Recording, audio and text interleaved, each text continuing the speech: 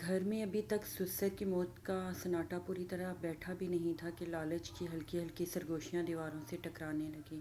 بڑے بیٹے کامران نے سفید کپڑوں میں ملبوس ہوتے ہوئے بھی آنکھوں میں حساب کتاب سجا رکھا تھا، جبکہ اس کی بیوی ندا بار بار کمرے کے دروازے سے جھانک کر دیکھتی کہ وکیل آیا یا نہیں۔ چھوٹا بیٹا سلمان اپنے موبائل پر کسی سے دھیمی آواز میں بات کر رہا تھا، جیسے پہلے ہی کسی سودے کی تیاری ہو، اور اس کی بیوی عائشہ اپنی ساس کے کمرے کے سامنے سے گزرتے ہوئے ہونٹ سکیڑ کر آگے بڑھ جاتی، گویا اس بوڑھی عورت کی کوئی اہمیت ہی نہ ہو۔ ان سب کے درمیان ایک خاموش سی لڑکی بھی تھی جسے سب نوکرانی سمجھتے تھے۔ اس کا نام زینب تھا، وہی زینب جو صبح سے رات تک اس گھر کا ہر کام کرتی تھی، جس نے سسر کی بیماری میں دن رات ایک کر دیے تھے، مگر کسی نے اسے بہو کا درجہ نہیں دیا تھا۔ وہ سب کے لیے صرف ایک کام کرنے والی تھی، جسے حکم دیا جاتا اور سر جھکا کر مان لیتی۔ آج بھی وہی کچن میں کھڑی چائے بنا رہی تھی۔ اس کے ہاتھ ہلکے ہلکے کانپ رہے تھے، کیونکہ اس نے بھی سنا تھا کہ آج وکیل آئے گا اور وصیت پڑھے گا۔ اس کے دل میں کوئی لالچ نہیں تھا، بس ایک انجانہ سا خوف تھا کہ کہیں اسے اس گھر سے نکال نہ دیا جائے، کیونکہ اس کے پاس جانے کے لیے کوئی اور جگہ نہیں تھی۔ وہ یتیم تھی۔ گھر میں اس کی شادی سلمان سے صرف اس لیے کر دی گئی تھی کہ کوئی سستی مزدور مل جائے۔ سلمان نے کبھی اسے بیوی مانا ہی نہیں تھا۔ وہ اکثر دوستوں کے سامنے کہتا، یہ تو بس گھر کے کام کے لیے ہے۔ زینب یہ سب سن کر بھی خاموش رہتی، کیونکہ اس کے پاس برداشت کے سوا کوئی راستہ نہیں تھا۔ اچانک دروازے کی گھنٹی بجی تو سب چونک اٹھے۔ کامران تیزی سے باہر گیا اور وکیل کو اندر لے آیا۔ وکیل ایک سنجیدہ آدمی تھا، اس کے ہاتھ میں فائل تھی اور چہرے پر ایک عجیب سا سکون۔ سب لوگ ڈرائنگ روم میں جمع ہو گئے۔ زینب بھی چائے کی ٹرے لے کر آئی اور ایک کونے میں کھڑی ہو گئی، جیسے ہمیشہ کھڑی رہتی تھی۔ وکیل نے بیٹھتے ہی کہا کہ میں مرحوم حاجی عبدالرحمن کی وصیت پڑھنے آیا ہوں۔ کمرے میں ایک دم خاموشی چھا گئی۔ سب کی نظریں وکیل پر جم، جیسے اگلے ہی لمحے ان کی تقدیر کا فیصلہ ہونے والا ہو۔ وکیل نے فائل کھولی اور پڑھنا شروع کیا۔ شروع کے چند جملے عام تھے، جن پر مرحوم نے اللہ کا شکر ادا کیا تھا اور اپنے بیٹوں کے لیے دعا کی تھی کہ کامران اور سلمان کے چہرے پر ہلکی سی مسکراہٹ آ گئی۔ انہیں یقین تھا کہ سب کچھ انہی کے نام ہوگا، مگر جیسے ہی وکیل نے اگلا جملہ پڑھا، دونوں کے چہرے ایک دم سنجیدہ ہو گئے۔ وکیل نے صاف لفظوں میں کہا کہ میرا بنگلہ، میری ساری جمع پونجی اور زمینیں میری بہو زینب کے نام ہیں۔ کمرے میں جیسے بم پھٹ گیا۔ ندا کے ہاتھ سے کپ گر کر ٹوٹ گیا۔ عائشہ نے حیرت سے منہ پر ہاتھ رکھ لیا۔ کامران غصے سے کھڑا ہو گیا اور بولا، یہ ناممکن ہے، آپ غلط پڑھ رہے ہیں۔ سلمان نے بھی فوراً کہا، ہاں یہ ہو ہی نہیں سکتا کہ وہ لڑکی تو اس گھر میں نوکرانی کی طرح رہتی ہے۔ اب سب کی نظریں زینب پر تھی، جو کونے میں کھڑی سہم گئی تھی۔ اسے خود یقین نہیں تو میرے پاس اس کی ویڈیو بھی موجود ہے۔ کامران نے غصے سے کہا، دکھائیں ہمیں وہ ویڈیو ابھی کے ابھی۔ وکیل نے اپنا بیگ کھولا اور ایک چھوٹا سا لیپ ٹاپ نکالا۔ سب لوگ اس کے قریب جمع ہو گئے۔ زینب وہیں کھڑی رہی، جیسے اس کے قدم زمین پر گڑ گئے ہوں۔ ویڈیو چلتے ہی اسکرین پر حاجی عبدالرحمن نظر آئے۔ وہ بستر پر لیٹے تھے، مگر چہرے پر عزم تھا۔ انہوں نے آہستہ آہستہ بولنا شروع کیا، میرے بیٹو، اگر تم یہ ویڈیو دیکھ رہے ہو تو اس کا مطلب ہے میں اس دنیا میں نہیں رہا۔ انہوں نے تھوڑی دیر رکا اور پھر کہا کہ میں نے اپنی زندگی میں بہت کچھ دیکھا ہے، مگر سب سے زیادہ تکلیف مجھے اس بات کی رہی کہ تم لوگوں نے انسانوں کی قدر کرنا چھوڑ دی۔ تمہیں صرف دولت نظر آتی ہے۔ انہوں نے گہری سانس لی اور کہا، اس گھر میں ایک لڑکی ہے جسے تم سب نوکرانی سمجھتے ہو، مگر حقیقت یہ ہے کہ وہی تم سب سے زیادہ اس گھر کی حقدار ہے، کیونکہ جب میں بیمار تھا تو اس نے دن رات میری خدمت کی۔ تم میں سے کوئی میرے پاس بیٹھنے کو تیار نہیں تھا۔ وہی تھی جو میرے زخم صاف کرتی تھی، مجھے دوا دیتی تھی اور رات بھر جاگ کر میری دیکھ بھال کرتی تھی۔ کامران اور سلمان کے چہرے پر شرمندگی کے آثار آنا شروع ہو گئے، مگر غصہ ابھی بھی باقی تھا۔ ویڈیو میں حاجی صاحب نے کہا کہ میں نے فیصلہ کیا ہے کہ میری ساری جائیداد اسی زینب کے نام ہوگی، تاکہ تم لوگوں کو یہ سبق ملے کہ انسانیت دولت سے بڑی چیز ہے۔ کمرے میں مکمل خاموشی چھا گئی۔ ویڈیو ختم ہوتے ہی سب کے چہرے اتر گئے۔ ندا نے غصے سے کہا کہ یہ سب ڈرامہ ہے، ضرور اس لڑکی نے ابو کو بہکایا ہوگا۔ عائشہ نے بھی فوراً ہاں میں ہاں ملائی۔ سلمان نے زینب کی طرف دیکھا جیسے اسے کھا جائے گا اور بولا، تم نے کیا کیا ہے میرے باپ کے ساتھ؟ سچ سچ بتاؤ۔ زینب کے لب کانپنے لگے، مگر وہ کچھ نہ بول سکی۔ اس کی آنکھوں میں آنسو آ گئے، مگر اس نے سر جھکا لیا۔ وکیل نے سخت لہجے میں کہا، آپ لوگ اپنی زبان کا خیال رکھیں، یہ ایک قانونی وصیت ہے اور اس کے خلاف جانا آسان نہیں ہوگا۔ کامران نے دانت پیستے ہوئے کہا، ہم عدالت جائیں گے، یہ سب ہم نہیں مانتے۔ وکیل نے سکون سے جواب دیا، آپ کو پورا حق ہے، مگر میرے پاس تمام ثبوت موجود ہیں۔ کمرے کا ماحول تیزی سے بدل چکا تھا۔ جہاں کچھ دیر پہلے امید تھی، وہاں اب غصہ اور حسد بھر چکا تھا۔ زینب اب بھی ایک کونے میں کھڑی تھی، مگر آج پہلی بار اسے محسوس ہو رہا تھا کہ اس کی زندگی ایک ایسے موڑ پر آ گئی ہے جہاں سے واپسی ممکن نہیں، کیونکہ وہ اس موڑ پر کھڑی تھی جہاں ہر قدم اسے یا تو عزت کی طرف لے جا سکتا تھا یا مزید ذلت کی طرف۔ زینب نے آنکھوں سے آنسو پونچھے، مگر کچھ نہیں کہا۔ اس کی خاموشی نے سب کو اور بھی بھڑکا دیا۔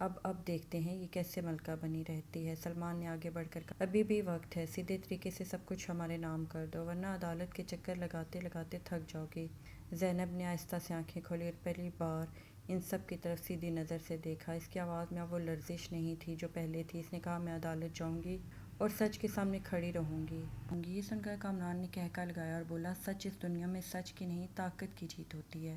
زینب نے جواب دیا، مگر اس کے دل میں ایک عجیب سا یقین پیدا ہو چکا تھا۔ اگلے چند دن گھر میں خاموش جنگ چلتی رہی۔ کبھی ندا اس کے کمرے کا سامان ادھر ادھر کر دیتی، کبھی عائشہ اس کے کھانے میں نمک زیادہ ڈال دیتی، کبھی سلمان طنز کے تیر چلاتا، مگر زینب ہر بار خاموشی سے سب برداشت کرتی رہی۔ مگر اب یہ برداشت کمزوری نہیں تھی بلکہ ایک مضبوطی تھی۔ وہ ہر رات حاجی عبدالرحمن کی باتیں یاد کرتی خود کو سنبھال لیتی۔ مقررہ دن آ گیا۔ زینب سادہ کپڑوں میں عدالت پہنچی۔ اس کے ساتھ وہی وکیل تھا جس نے وصیت پڑھی تھی۔ عدالت کا ماحول اس کے لیے نیا تھا مگر اس نے ہمت نہیں ہاری۔ دوسری طرف کامران اور سلمان اپنے وکیل کے ساتھ بڑے اعتماد سے کھڑے تھے۔ سماعت شروع ہوئی تو ان کے وکیل نے لمبی چوڑی باتیں کی کہ یہ وصیت دباؤ میں بنوائی کی ہے، کہ زینب نے ایک بیمار بوڑھے آدمی کو بہکا کر سب کچھ اپنے نام کروا لیا ہے۔ اس کا کوئی حق نہیں بنتا۔ زینب خاموشی سے سب سنتی رہی مگر اس کے چہرے پر گھبراہٹ کے بجائے سکون تھا۔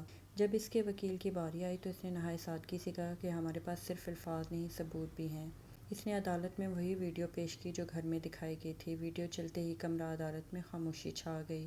حاجی عبدالرحمن کی آواز گونجنے لگی۔ انہوں نے واضح طور پر بتایا کہ انہوں نے اپنی مرضی سے یہ فیصلہ کیا کیونکہ زینب نے ان کی خدمت کی ہے اور ان کے بیٹوں نے انہیں اکیلا چھوڑ دیا تھا۔ جج غور سے سب دیکھتا رہا۔ ویڈیو ختم ہونے کے بعد کچھ لمحوں کی خاموشی رہی۔ پھر جج نے کامران اور سلمان کی طرف دیکھا اور کہا کہ کیا آپ کے پاس اس ویڈیو کے خلاف کوئی ثبوت ہے؟ دونوں بھائی ایک دوسرے کا منہ دیکھنے لگے۔ ان کے پاس کہنے کو کچھ نہیں تھا۔ ان کا غرور جو گھر میں بہت بڑا لگتا تھا عدالت میں آ کر چھوٹا پڑ گیا۔ کچھ دیر کی بحث کے بعد جج نے فیصلہ سنایا کہ وصیت بالکل درست ہے اور زینب ہی اس جائیداد کی قانونی وارث ہے۔ یہ سن کر زینب کی آنکھوں میں آنسو آ گئے مگر اس بار یہ آنسو جیت کے تھے۔ کامران اور سلمان کے چہرے زرد پڑ چکے تھے۔ ندا اور عائشہ کی زبانیں بند ہو گئی تھیں۔ عدالت سے باہر نکلتے ہی سلمان نے غصے میں کہا کہ یہ ختم نہیں ہوا، ہم پھر بھی کچھ کریں گے، مگر اس کی آواز میں وہ پہلے جیسا اعتماد نہیں تھا۔ زینب نے ان کی طرف دیکھا اور آہستہ سے کہا، میں نے آپ لوگوں سے کبھی کچھ نہیں چھینا، یہ سب مجھے دیا گیا اور میں اسے سنبھال لوں گی، مگر ایک بات یاد رکھیں، میں ویسی نہیں ہوں جیسا آپ لوگ سمجھتے تھے۔ یہ کہہ کر وہ آگے بڑھ گئی۔ اس دن کے بعد گھر کا نقشہ بدلنے لگا۔ زینب نے سب سے پہلے گھر کے کام کے لیے ایک ملازمہ رکھ لی تاکہ وہ خود کو اس ذلت سے نکال سکے۔ اس نے ساس کا خیال پہلے سے بھی زیادہ رکھنا شروع کیا مگر اب فرق یہ تھا کہ وہ یہ سب ایک مجبوری نہیں بلکہ اپنی مرضی سے کر رہی تھی۔ کامران اور سلمان اب بھی اسی گھر میں تھے مگر ان کی آوازوں میں وہ روب نہیں رہا تھا جو پہلے تھا۔ وقت کے ساتھ ساتھ انہیں احساس ہونے لگا کہ انہوں نے اپنے باپ کو کھو دیا تھا صرف اس لیے کہ وہ اس کی قدر نہ کر سکے۔ ایک رات کامران چپکے سے زینب کے پاس آیا۔ اس کی آنکھوں میں پچھتاوا تھا۔ اس نے دھیمی آواز میں کہا، ہم سے غلطی ہو گئی۔ زینب نے اس کی طرف دیکھا مگر کچھ نہ کہا۔ وہ جانتی تھی کہ کچھ زخم ایسے ہوتے ہیں جو صرف وقت ہی بھر سکتا ہے۔ اس نے بس اتنا کہا کہ ابو نے جو کیا وہ ایک سبق تھا، اگر آپ لوگ اسے سمجھ جائیں تو یہی کافی ہے۔ آہستہ آہستہ گھر میں سکون واپس آنے لگا مگر اب یہ سکون پہلے جیسا نہیں تھا۔ اس میں ایک سبق تھا۔ زینب اب اس گھر کی مالک تھی مگر اس نے کبھی غرور نہیں کیا۔ وہ اب بھی سادہ رہتی تھی مگر فرق یہ تھا کہ اب کوئی اسے نوکرانی نہیں کہتا تھا اور سب سے بڑی بات یہ تھی کہ اس نے اپنے وجود کو پہچان لیا تھا۔ وہ لڑکی جو کبھی کونے میں کھڑی رہتی تھی آج اسی گھر کے بیچ میں مضبوطی سے کھڑی تھی۔ کہانی اچھی لگی تو سبسکرائب کر دیجیے گا۔ اللہ حافظ۔